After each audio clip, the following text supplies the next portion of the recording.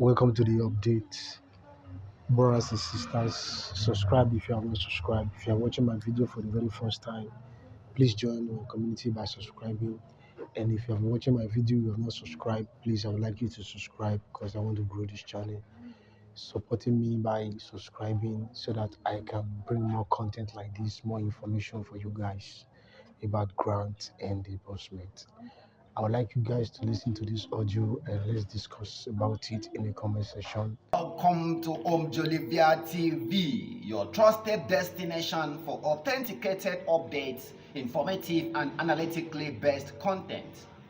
We are approaching a brand new week, the second week of April in the grant ecosystem. A week that will usher in disbursement of the UAAG grant finally. And we trust God that this week is going to be the final next week in the ecosystem. Before we delve deep into the subject of critical concern in this session, we wish to apologize for the distorted audio quality of our last video. The distortedness was as a result of natural forces, the wind. We are dealing in a quite noisy world. Noisy world where natural sounds like wind distorts video recordings, even as noise causes the suspension of disbursement of the UAAG grant. Yeah, that's true. You might have heard when there was a news circulating that disbursement was suspended because the alert will create noise in the country, distracting the Muslim from their fasting. We will look into this in the later chapters of this video. But for this session, in the first part, I wish to review some comments in this channel, Omjolivia TV channel. Comments by our subscribers and non-subscribers who happen to cross paths with our video in one of the social media platforms. Some of these comments are constructive in nature, while some of them are unconstructive or destructive in entirety. It's undisputed that everyone is entitled to their own individual opinion, but sometimes when you look at the content of this criticism, it's purely unimaginable. It's purely unconstructive and discouraging to people like us that take the pains of sourcing for this information and presenting it to the public domain, all to encourage grant subscribers and our esteemed members on this channel to keep them abreast of realities in the ecosystem. I wish to state that all these informations that we use to project on this channel is not fabricated by us.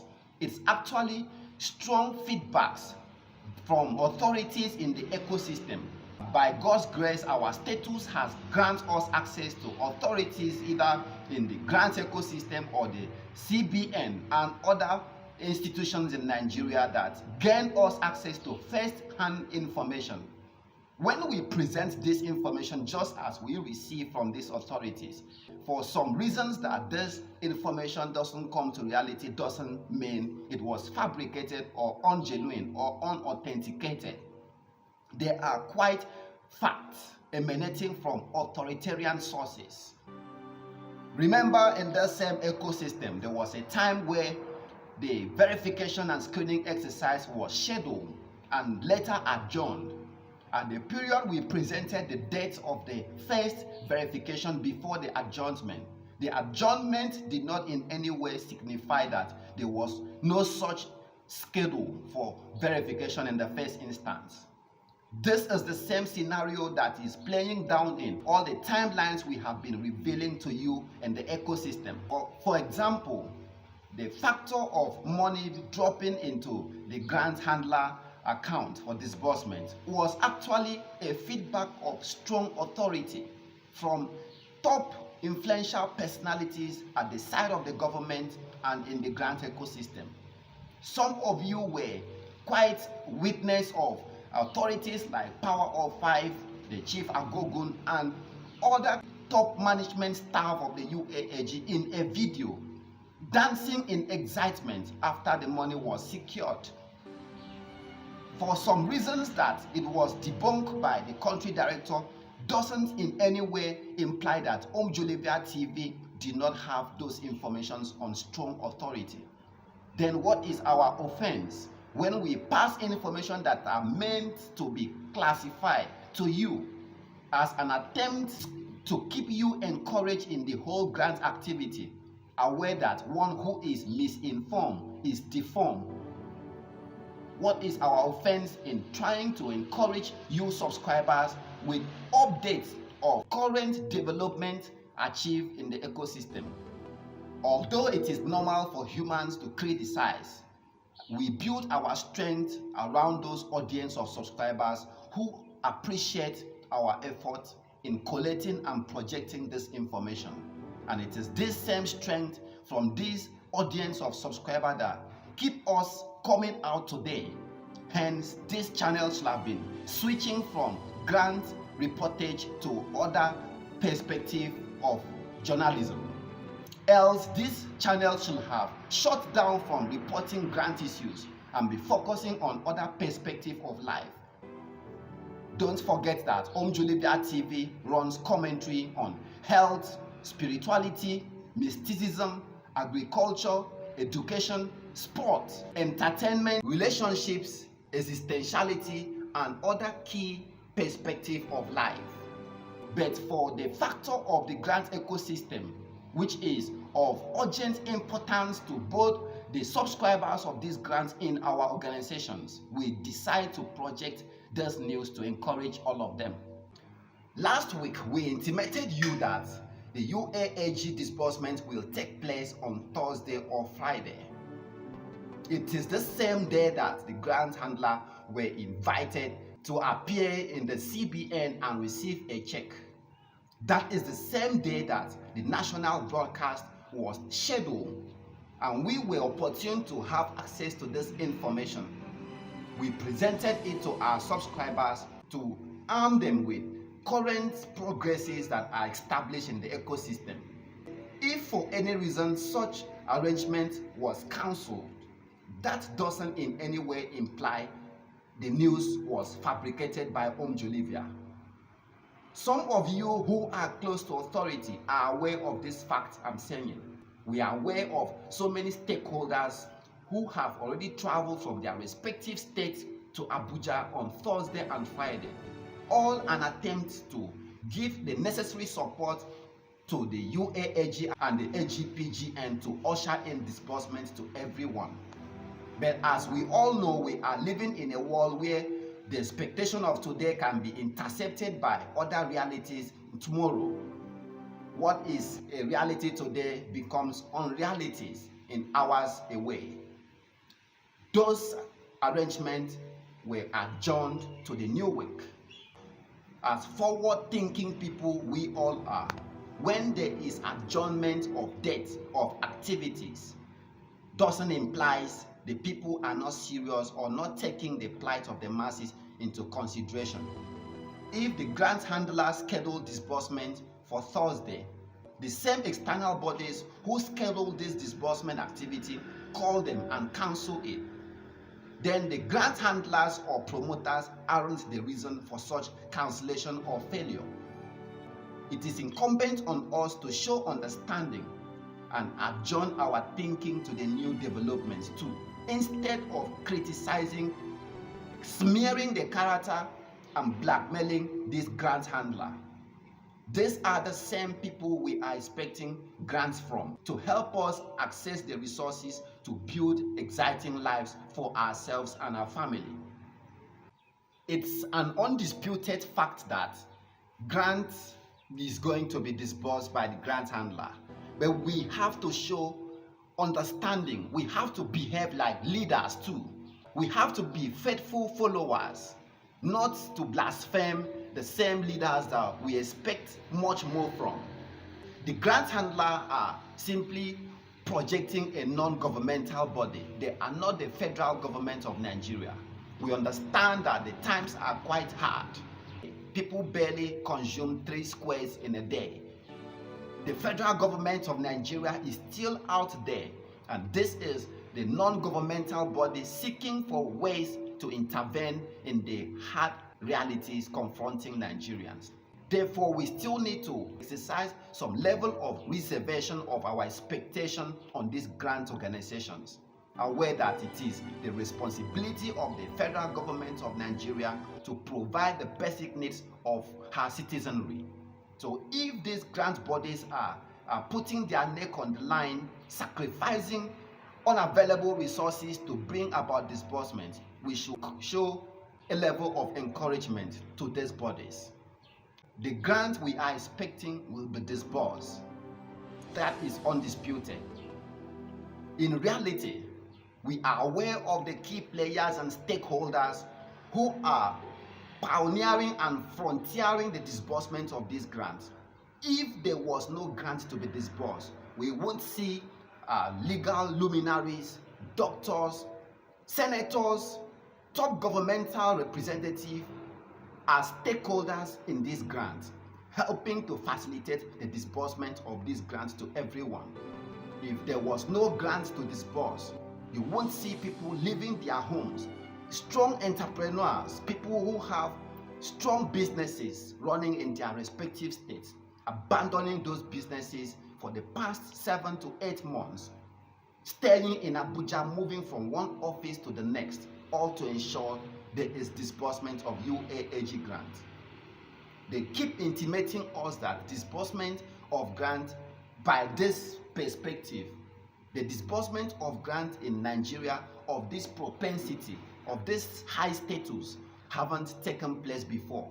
There was no particular laid down structures for grant handlers to access to bring about disbursement. It is on the realization of one of the arrangements before the awareness of the next one to embark on.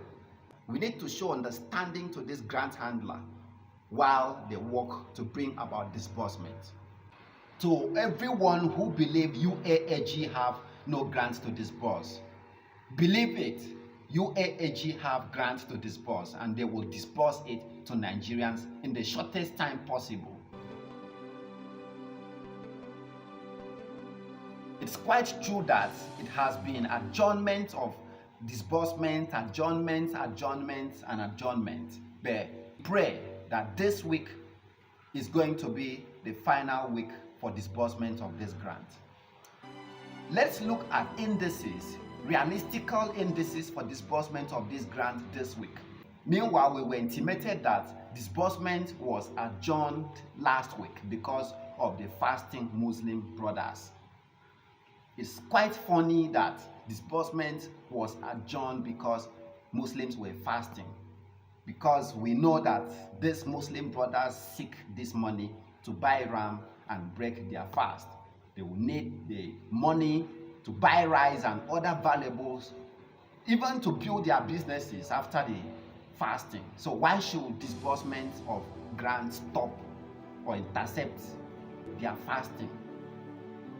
In the other way around, we understand that some of those authorities frontiering the disbursement of this grant are Muslim faithful, in the sense that leaving their fasting to move from one office to the next to execute disbursement will seem as a distraction to them.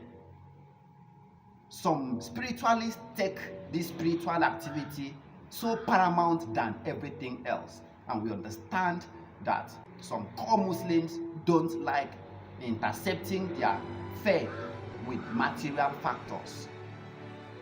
Even when there is a deceased fellow in their room, they prepare leaving the corpse to achieve the spiritual cause.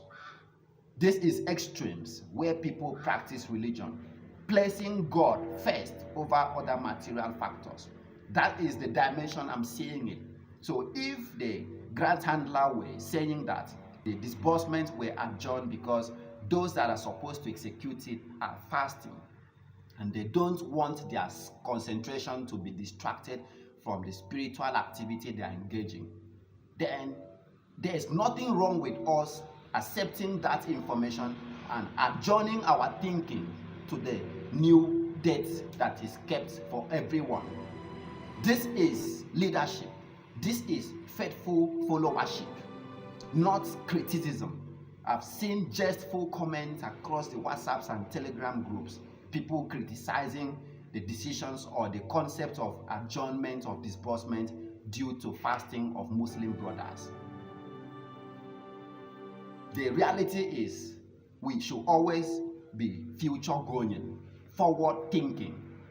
If it is next week they are scheduling, which is this new week we are standing, then all our thinking and concentration should be looking up to the development that is going to unfold in the new week. We were told that the Muslims are breaking their fast on Tuesday. Disbursement may start on that same Tuesday. But looking again at the calendar of April, when Muslims break their fast on Monday or Tuesday, Wednesday and Thursday is a public holiday. Then what is the possibility of disbursement taking place on a holiday Wednesday and Thursday?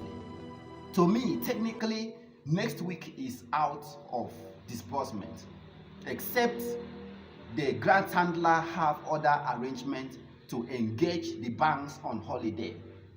Yes, there are occasions where if you have adequate financial resources, you can engage the banking staff and pay them heavily to engage in off-hours assignments. So if there is an arrangement, I'm not saying that the new week, which was scheduled for disbursement on Tuesday or Wednesday, is not going to be realistic. I'm trying to be practical, going by past antecedents where holidays are used as reasons to adjourn disbursement. If there is holiday in Tuesday and Wednesday, and the grant handler have a special arrangement with the banking representatives, then disbursement can still take place even in the holiday. I'm aware that the federal government always pay the workers or make the transfers of their locations on weekends where there is a reduction in traffic in the banking gateways. Even commercial banks like transferring salaries on holiday period and weekends where there is stable network activity on the channels. Therefore, with a very organized special engagement with the banks, disbursements can take place on the Wednesday and Thursday holiday.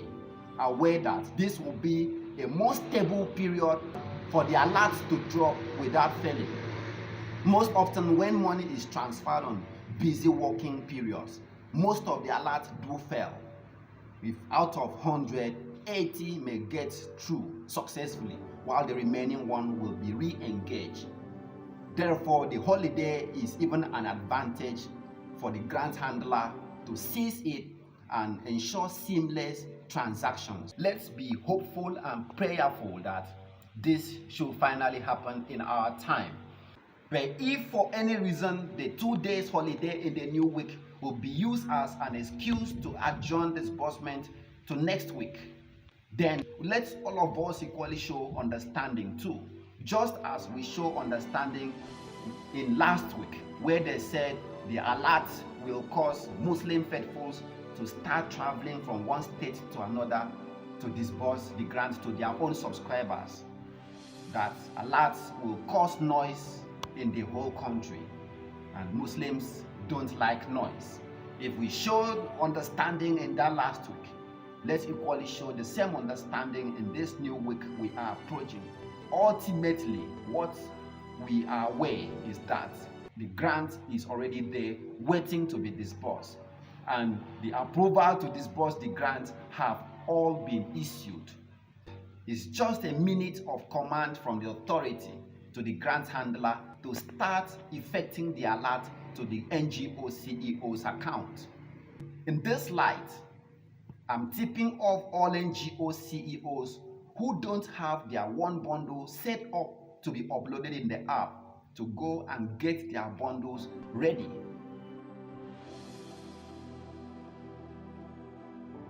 Some NGO accounts are still invalid right now. Make sure you transfer money into that account and withdraw, including the beneficiaries. I've seen in our organization where bundle heads, now recipients, are providing account details that are invalid. Please, before you provide an account number to your CEO for disbursement, first test run attempt to transfer money to that account to ensure it is still valid. Sometimes when you insert the account name, it pops up the bank. Then confirm if the beneficiary name attached to your account number is correct. I've seen scenarios where they provide FCMB Bank to a Zenith Bank account, and when you match FCMB, it shows invalid bank.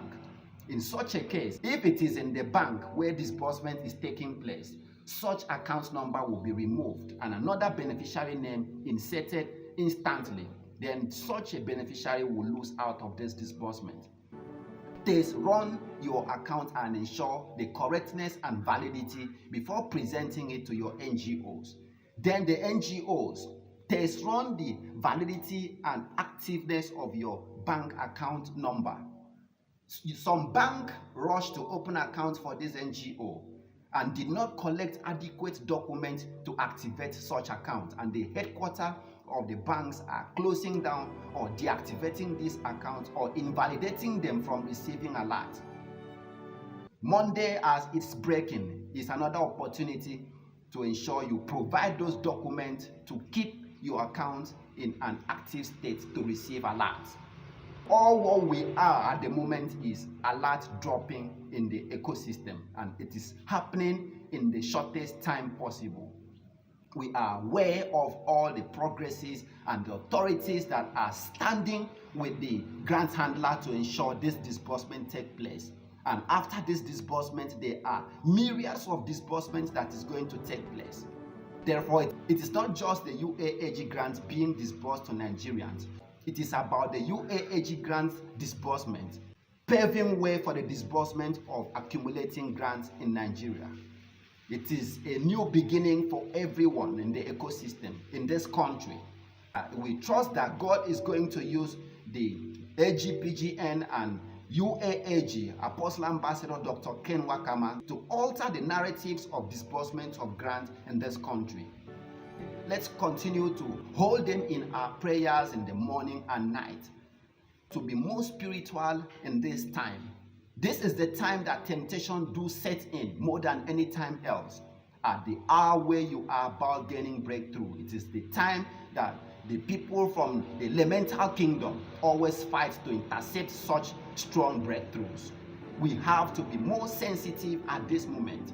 Those that are expecting these grants as CEO, you have to be more security conscious at this moment. The beneficiaries have to be more security sensitive, more security instinctive. It's what they call security instinct. This is a time the hackers hacks accounts and exhaust everyone's account. The banks have to be more proactive in this time in protecting their account, because hackers, professional hackers who can break any codes, are already out there.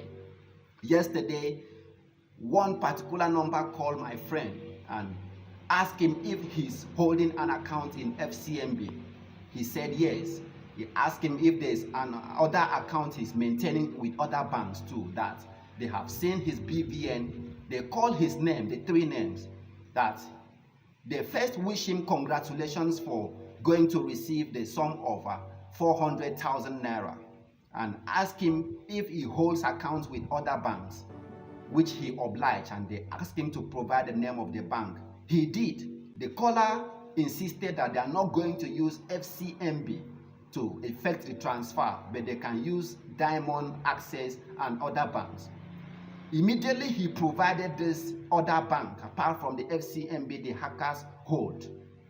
They forwarded a code to him and asked him to forward the code back to them. Hence, they can effect the transfer to his account. In the excitement of going to receive 400,000, if he did not call me, he almost forwarded that code. He actually called to confirm if the disbursement is taking place, if it is my bank that are calling him to send the code to receive the alert, which I quickly told him that it is not from us. Imagine if he did not call me to confirm if the code is from us and forwarded the code back to them. His banking account should have been taken over. Perhaps they will not flush the money in his account instantly, but they will keep that account in incubation, waiting for when reasonable assets will enter, then they will evacuate or flush everything in it. Security instinct is what we need to survive the hacker's plan for all of us, whether the bank, the NGO, or the beneficiary. I'm going to bring an update of the activities in the new week to all of us in this channel. Thank you for always being there for us, and thank you for your words of encouragement to Jolivia TV. Let's be hopeful and prayerful that this should finally happen in our time. All what we are at the moment is alert dropping in the ecosystem, and it is happening in the shortest time possible.